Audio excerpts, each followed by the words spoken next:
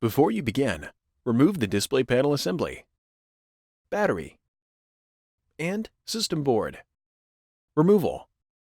Remove the two 2.5mm P1 Phillips head screws that secure the left speaker to the display enclosure. Carefully remove the left speaker from the adhesive that secures it to the display enclosure.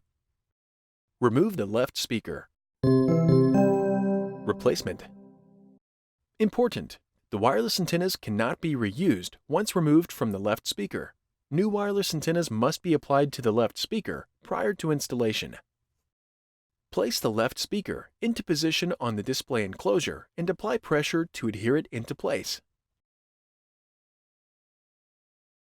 Replace the two 2.5mm P1 Phillips head screws that secure the left speaker to the display enclosure.